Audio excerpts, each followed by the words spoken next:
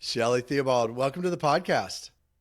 Hi, thank you so much for having me, Robert. Look, I know we're going to talk about betrayal, but before we do, I really just wanted to learn a little bit more about you, your practice, what you do. Absolutely. I am a licensed mental health counselor in the state of Florida, and primarily my practice is telehealth based. And I do work with individuals and couples, a lot of couples working and struggling with affairs, infidelity, and rebuilding and restoring and repairing trust. Also, with individuals who've decided not to move on with the partnership, and then individuals clearly struggling with the anxiety and depression that can come along with betrayal and some of the trauma work that comes with that as well. So let's jump into betrayal. I think everybody has kind of experienced it in one form or another with somewhere in their life, and it can be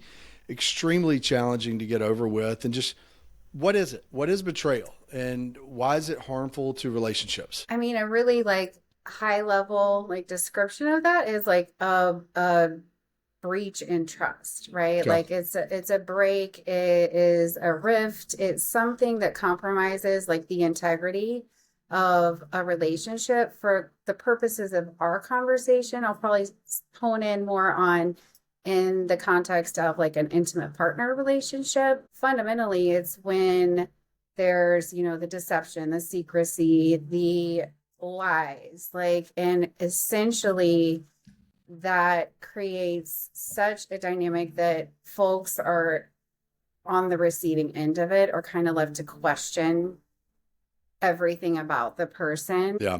So I know you talked about intimate relationships. I guess it can cover just a whole bunch of different things, right? Absolutely. I think the deceptiveness is like the key factor, right? And it's kind of like, okay, would I do this if my partner and loved one was present? And if the answer is no, most people are going to go, okay, well, then this is probably something I shouldn't embark on, right? Yeah. And so the depth and pervasiveness, I think, depends on the couple to begin with, right? And what their kind of rules of engagement, boundaries are with one another, and in regard to like all those different aspects of life. But like once the secrecy starts and there's lies, and then of course, I'm a firm believer that whatever happens in the dark always Yeah, comes to light. it does. So if you're to look at, and this probably varies so much, what is behind most betrayal? Like, and maybe that's an odd way to say it, or maybe that's not the correct way. I think about with lying. I've always heard that behind lying, the reason why most people lie is because of their shame. And I was just curious, do you see like for men when maybe they're the ones who are committing it, and then what's behind that? There isn't one definitive answer. I mean, I think some of it can be a learned behavior, and it can be shame based. For instance, like you've got like a young child who is being abused, right?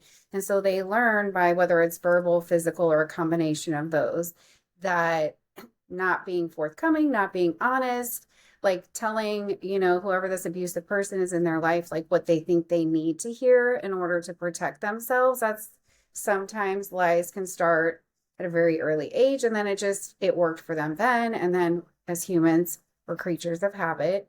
And so it just kind of persists throughout life. And then another facet is like if they don't know, it won't hurt them, that whole Yeah. mentality.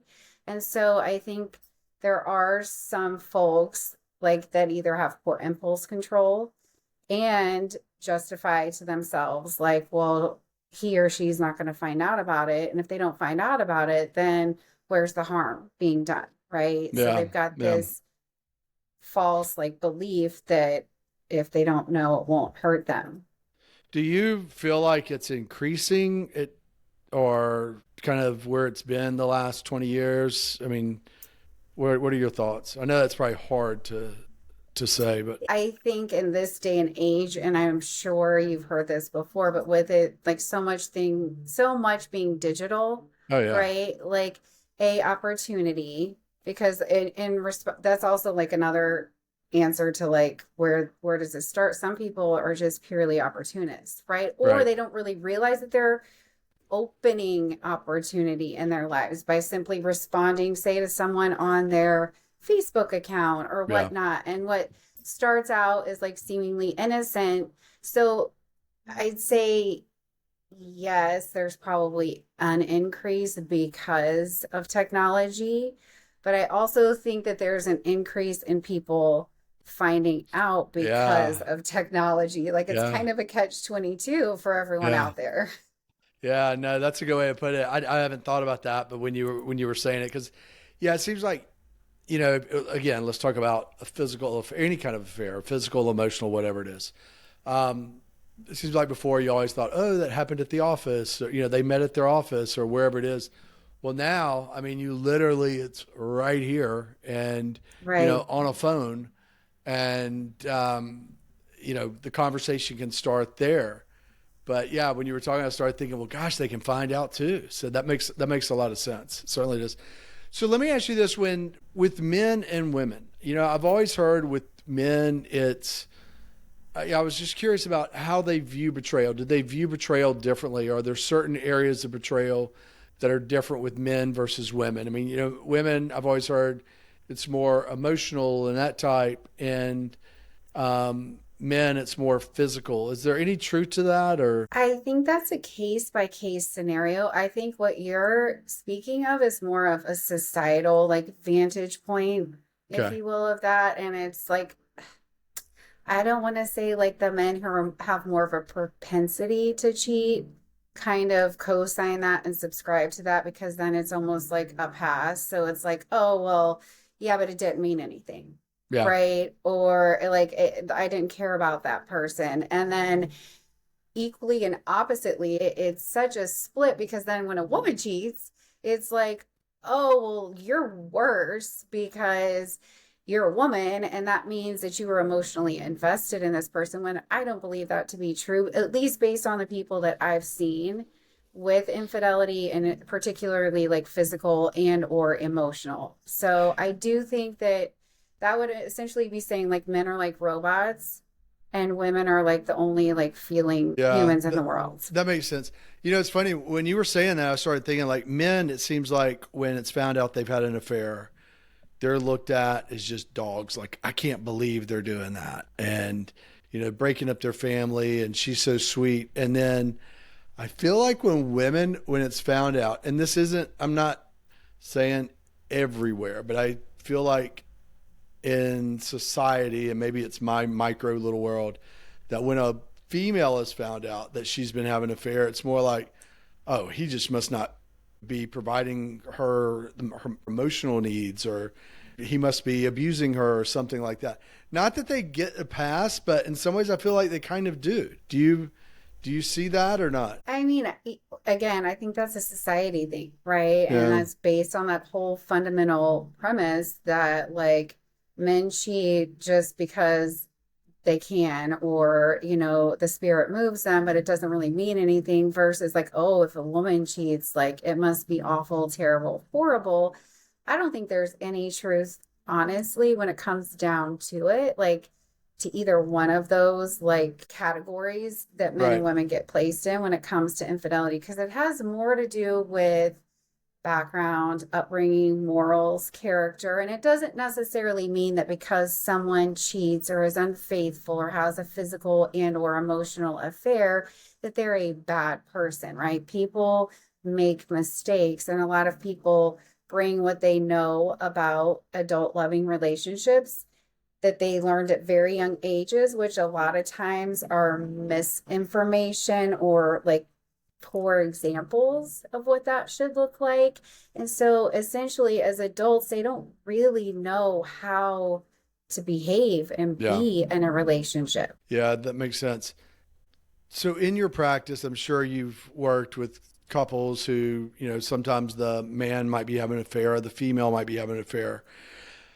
I have, and this is my uneducated, I don't talk to couples or anything like that, but I've always heard that with men, when they cheat, a lot of times, I mean, unless he's like a serial cheater, there's remorse afterwards. And with the female, there's not, because she's already emotionally checked out. Is that accurate? I Or do again, is see that some case by truth. case? It is case by case, but I do see that more than any of the other like kind of scenarios you postulated because usually by the time, and this is again not 100% right, the Right. exception makes the rule, but women usually are checked out if they are to head down that path. Like, so that's where the emotion with the woman comes into play. It's not about like a man or a woman being emotionally invested in their affair partner or not. I think more truthfully, like a woman, if she's heading down that path, she's done with the relationship, like her primary relationship for the most part. That makes sense. Can you give me more background as to why, overall, what you see, or maybe the top three reasons why men cheat, or and why women cheat? I mean, I think a lot of times for men, it's validation. Hmm. They're, instead of having and avoidance, right, of having uncomfortable conversations with their primary partner. And so they just seek outside extraneous, like telling them everything that they want to hear, like, that kind of stuff. And I think a lot of times it does start, even though they don't perceive it like that, on an emotional level, right? Yeah. Like, because they're having, whether it's a colleague at work or just a casual conversation with, like the neighbor next door at the mailbox or whatnot. But before you know it, like they're unpacking stuff they should be bringing into like the room with their spouse with this new person. And so the level of emotion is there. And then once that door's open, anything can happen, even Yeah. with the most loyal by character and moral standards, right? Like it's almost like when it does happen, a lot of those individuals and men do experience remorse and they almost feel blindsided. But when you go into therapy and you actually like rewind the tape and play out like how you got to that place, it's like, well, your primary relationship is like a haven, right? You're supposed to protect Yeah. it. You're supposed to keep all the doors closed, all the windows closed. Like you should have a moat around it with gates and like nothing getting in, right? And then there's just this small little crack in the door with like these innocent conversations. And then before you know it, like the wife's out of town or she's gone for the day with the kids. An opportunity presents itself. And then the next thing you know, like the thing has happened that you never thought was going to happen. But in hindsight, it's like, not that it was intentional, right? But Right. like you allowed it because you cracked that door. Yeah. That makes sense. What about with females? I mean, and I know a lot of men aren't going to want to hear this, but It's okay. there's a less likelihood that a woman's going to be unfaithful and cheat in a relationship versus a man. But I think some of that has to do with financial dependence, socioeconomic factors. It's not Right. necessarily again about morals or character, but, and also to be honest with you, a lot of women are just so busy with everything that they have going on, like, caregiving, rearing children, all the distractions. I mean, anyone can make time for an affair, but most women, that's the furthest thing from their mind, especially if they're living with somebody and raising a family with them. Like, I'm not saying that those women can't and don't cheat because they do, but again, when it comes down to that kind of stuff, I do think that it's just upbringing, personal like standards, right? And like personally, like this is lines I'm not willing to cross.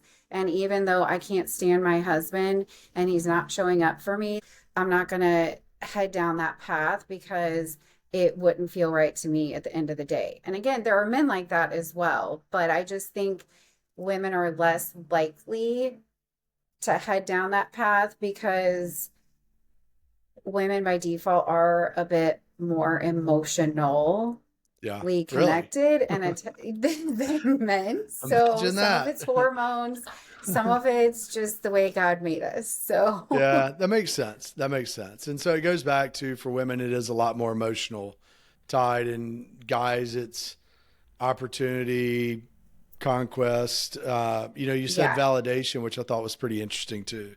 I guess maybe, hey, I still have it, or maybe Right. I'm getting ignored at home or whatever it may be, and and oh, this person at the bar or wherever is giving me attention, or on the phone giving me attention. I just think I wonder too. It'd be interesting to look at a study as you're saying that, and I was thinking about it both ways with men and women. The one who's having the affair, I wonder how much our devices get in the way also, because where maybe you would be sitting at home watching a TV show together, you and your wife, and maybe talking about whatever show was on years ago. Now, they're sitting there scrolling Facebook or Instagram or whatever it may be, and there's just not that communication going on. And instead of what maybe they should be bringing home with maybe the stress or their feelings or whatever Right. it is, they're dumping on somebody else and building that connection there. I guess Absolutely. the going back to it, or to circle around, as much as we love our phones and the electronic world, it can be kind of evil too, right? Absolutely. I mean, I think, the internet's great. You can find a lot of facts and resources. It can be entertaining. It can be just like a mindless way to kind of like, for some folks, decompress. But just like, with the kids and managing like their screen time, Right. I'm going to venture to say that there are just as many adults out there who are completely disconnected from what is around them. They're not So staying true. present and they're not communicating with someone who's literally like sitting right next to them or in front of them. And I think, instant gratification, which is kind of where our culture is, unfortunately. I suggest for most couples, like to put the phones down, like do what you need to on there. You give yourself time and space, but when you're physically present, and honestly, this is outside of couples too, with any human, I think that it's a kind of undermining, rude undertone. You've got a whole person right in front of you that's giving you their time, that's super valuable, right? And Yeah. yet you're choosing to just connect with your screen and just scroll endlessly, which we all know. You can get on Instagram and the reels will Uh, keep coming. yep. So let me ask you this. What are some ways that I can prevent, that entering our relationship, betrayal in any way? What do you recommend to couples to? That is a really great question. I mean, for one, like establishing what's okay and what's not. Some couples are okay with, texting a coworker repeatedly that they may have some sort of romantic interest, but you also know that they're holding back because let's be honest, we all kind of know, especially when we're engaging with somebody of the opposite sex, if there's something in the room, right? Like Yeah. energetically, like all of that. So it's not like you can just stick your head in the sand and pretend like this person doesn't have the hots for me when you know that they do, right? Right. And then if you continue to entertain that, just, to placate them or because maybe it feels a little bit good to have this attention, you're heading down a really slippery slope. And to me, like it's not if, but when if you continue to engage, especially in opposite sex like relationships where you've already got your core group of folks in your life, right? Your quality circle of people. I think you get to a certain point, especially when it comes to making new friends. If you're in a committed, loving relationship, it's just like risk benefit. Is it worth it? Is it worth it for me to respond to this person when it's clear that these vibes are not a business relationship type conversation?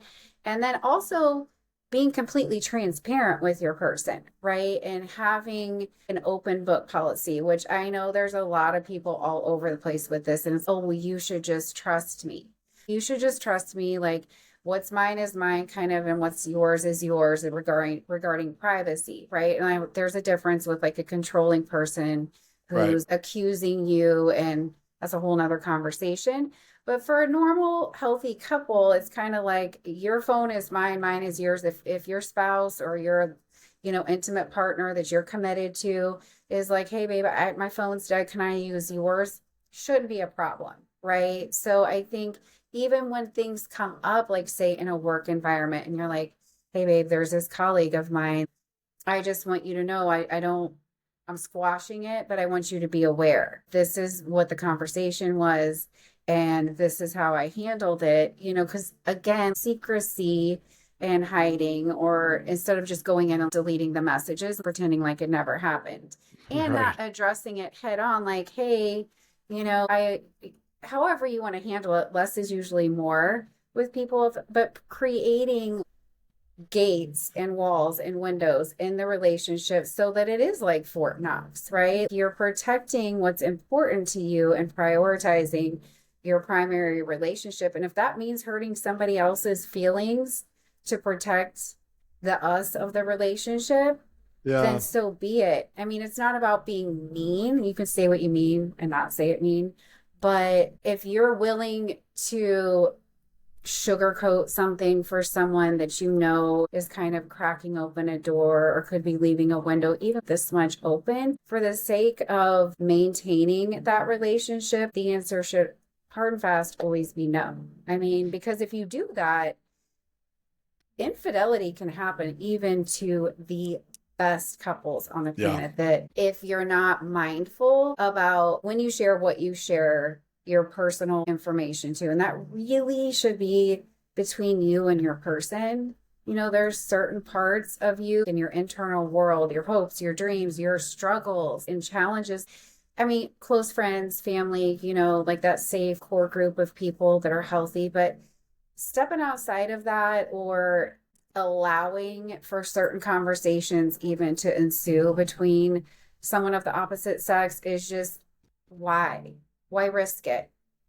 Yeah, that makes sense. I just think, and talk about Instagram. I was talking to a couple, and they were giving me kind of their, if you want to say, ground rules. And if they are going to follow somebody of the opposite sex, this sounds so bad, and they didn't say approved, but they basically have to get it approved by the other partner. Like, hey, I was thinking about following whoever. Are you okay with that? And they're both fine with that. Before we go into can you move past betrayal, there was a question when you were talking came up, and I thought always, once a cheater, always a cheater. Is that accurate? That is a quote that like flies around. The answer is no. I do believe that, I mean, in our humanness, we all make mistakes, right? We all sin differently. And I believe that a chronic cheater is someone you have to look at patterns when it Mm. comes to folks, right? So you look at the big picture, stadium lights, right? And you're like, okay, for the trajectory of this person, like historically, do they habitually lie? Are they deceitful, like for their gain?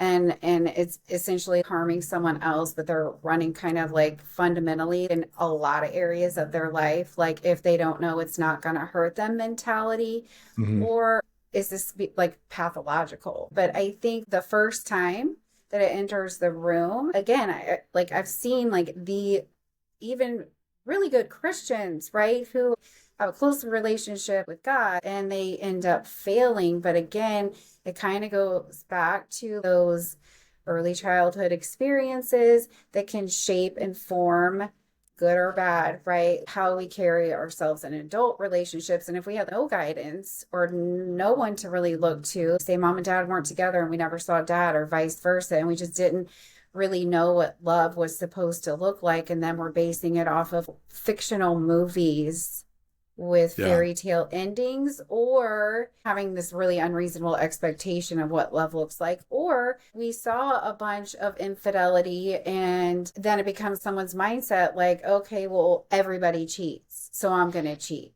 And Yep. so That I makes don't sense. think that once a cheater, always a cheater. And I think if you're with somebody for long enough and a betrayal like is confirmed, you've got the facts, information, you've ran the investigation, they're caught red-handed. Usually, especially if you end up like in a therapeutic setting, full disclosure is required in order to move on. And that's not just necessarily that one. For some folks, you do find out that there are some other things sprinkled along the way, maybe lowercase letter, maybe not capital letter like betrayals, but that were leading up to that. And even then, as long as someone's remorseful and they're willing to change, then there's a very good indicator of a successful recovery from like never cheating again, but that's more to do with like protecting the relationship and keeping those doors and windows closed, putting the moat around it, and then also installing the gate and not letting outliers, because there's vultures everywhere in society and in relationship, and they prey like on vulnerabilities. So they'll swoop in, and if you don't have that thing locked up, it's not if but when like the an affair is going to happen. Huh. So you can move past betrayal. Couples can move past. And does is what you're saying? Can they ever get back to the relationship, the level of relationship they had, or is it, say their relationship before was a 9 on a scale of 1 to 10? Is their relationship stuck maybe at a 6 from here on out if they do decide to work together, or what?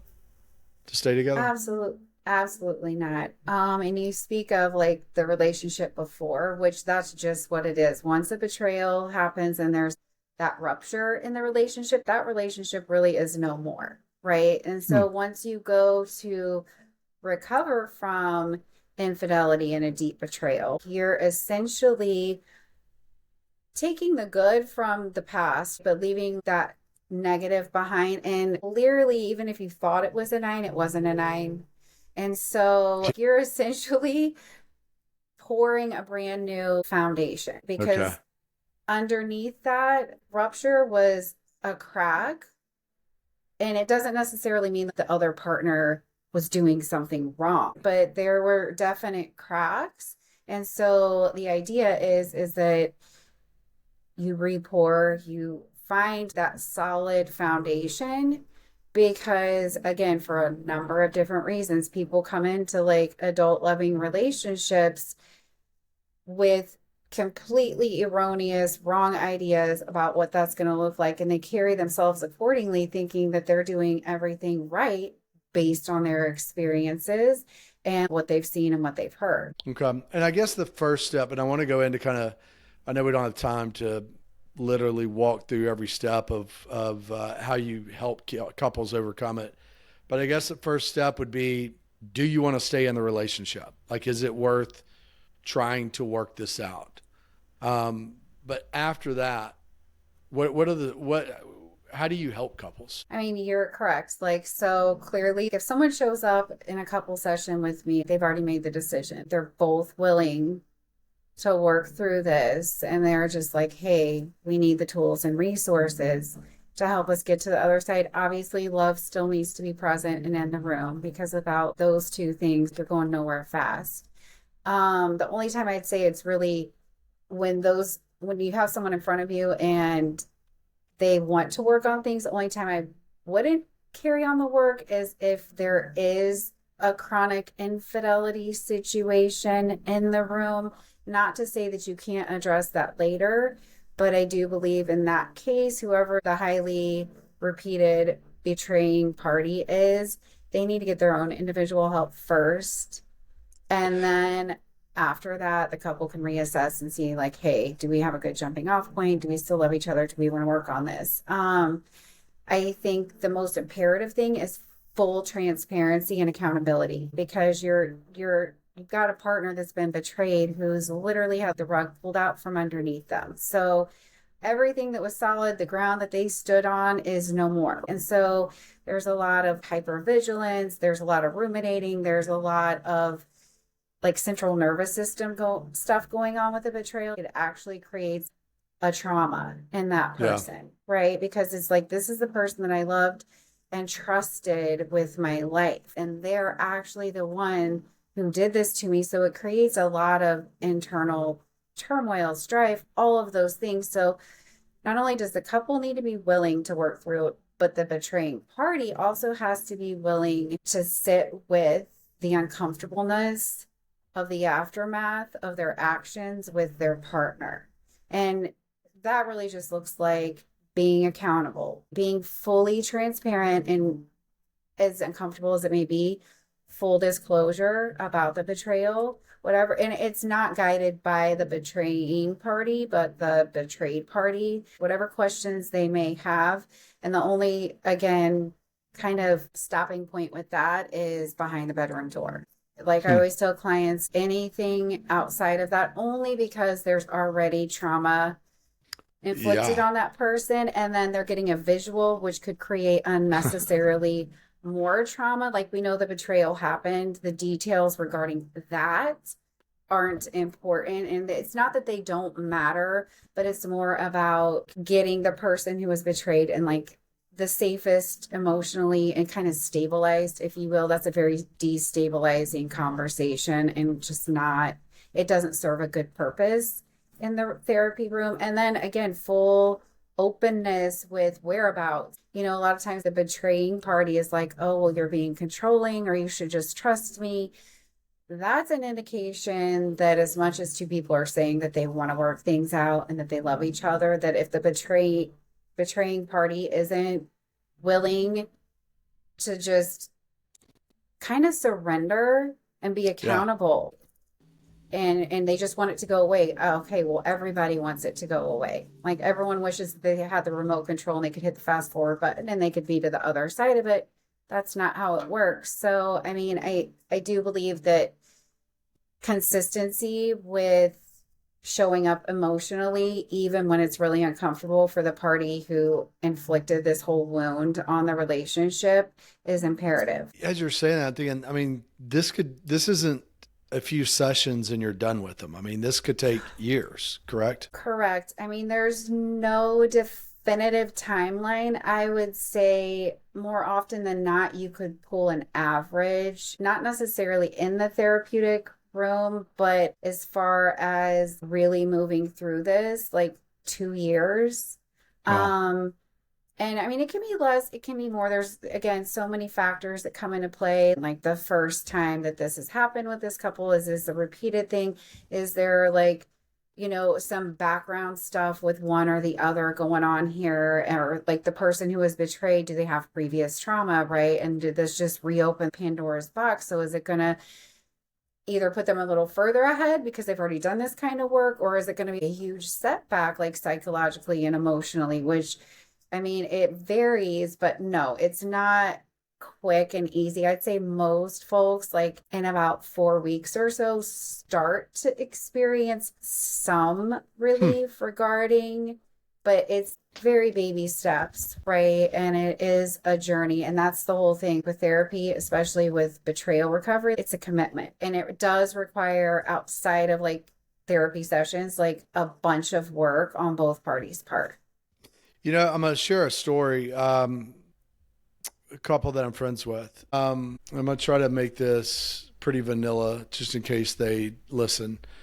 Um, the husband was doing some extracurricular activities, let's say drug abuse or drug usage, illegal drug use. And she found out about it. And, you know, it threw her for a loop, understandably so. I mean, for a lot of different reasons. One, because of what he was doing. Mhm. Two, because she didn't know about it. Also, he was hiding it from her. He was spending, you know, their resources doing it. He had dropped some of his responsibilities because of that. And so they went through a very hard time of are we gonna stay with the marriage? You know, are we gonna stick with the marriage? Are we gonna Mhm. fight through this? And he actually went to a rehab facility for a little while. They've been going to couples counseling for a while now. And you know, even speaking with him the other day, he was telling me like it's still really tough. He said, but and this was a while back when this happened. He said, but now what I feel like happening is she is now using this. He said, I feel like we kind of moved past it to a certain state, and then now she's using it more as control with other things, throwing it back up into his face on, he said, like every single thing that, you know, he does, disagreement. And, you know, if she, I guess, is having a bad day and is acting out, she uses that as an excuse. Do you see that? Or do you think, I'm just curious. Absolutely, because I mean, regardless of whether it was physical, this one was financial, right? But again, like a decomposition in the whole trust factor. So what you have to realize is someone on the receiving end of that, their emotional and psychological safety is completely like annihilated, Right. right? And so, and it's with their primary person who they love and care about and trusted like the most, right? Like, so it does to the central nervous system, like a whole bunch of different things, which is complex, but it also makes sense. Like the body keeps score, like with anything Yeah. that happens with us, like emotionally. And so, unfortunately, these are kind of like, you can think of like the initial betrayal, like as the tsunami coming in, just like wiping everything out. And then there still are, I believe, waves that come in, even when there's been a lot of healing, there's been a lot of growth, there's been a lot of reconnection, there's been a lot of restoration. That's sometimes like the nervous system reacting Hmm. still. And it catches a lot of folks, like even when they're like, well, I've forgiven, right? Like I've forgiven this person, like, and I know this wasn't consciously, we know it's in the past, but our body doesn't know that. So at any moment, like no matter what it is, sometimes it's warranted, sometimes it's completely out of left field, that people get struck with like this overwhelming, and they probably don't even know what it is, right? Of fear, like that this thing's going to happen again. So they go into like self-preservation, and they also, like, I get it, like someone who thinks like, okay, we've had all this time and space, we've done all this work, so why are these things still coming up? Like, are you ever going to let this go? Like, are we going to stay stuck here forever? I think it's important to remember the person who's speaking things about the past or whatnot, they're not doing this from a place of punishment, although I know a lot of people on the receiving end of that see it as like, oh, this person is just gonna, kind of like you said, throw it in my face and bring this up at every opportunity. Most of the time it's not intentional. It's more representative of the pain that they're still sorting through. So his perception of like, she's using this in this way, this way, this way, and she's probably at times confused herself or doesn't really even understand or know why. Like that ends up being the conversation, but it's a like visceral response. And again, trust is so fragile. And once it's broken, yes, it can be repaired, but it does take commitment. It takes a lot of time. And even after, say, that 2 year mark, it doesn't mean it's going to be perfect. I found a Yeah. lot of couples find deeper meaning with one another as a result of this because of the conversations they end up having that they otherwise never would have. So, like that 9 relationship you were talking about, it can Hmm. actually end up being like an 11, Hmm. right? Because of it. I'm not saying go out and betray your partner so you can have a To better go have an affair so you relationship. can improve your current relationship. No, that is not it. So, but just clear the air with that. That is not a good idea. I don't recommend it. I recommend keeping it safe.